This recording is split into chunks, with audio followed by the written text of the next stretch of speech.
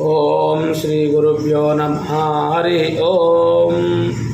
अथ अथर्ववेदस्य कृषि सूक्तम्।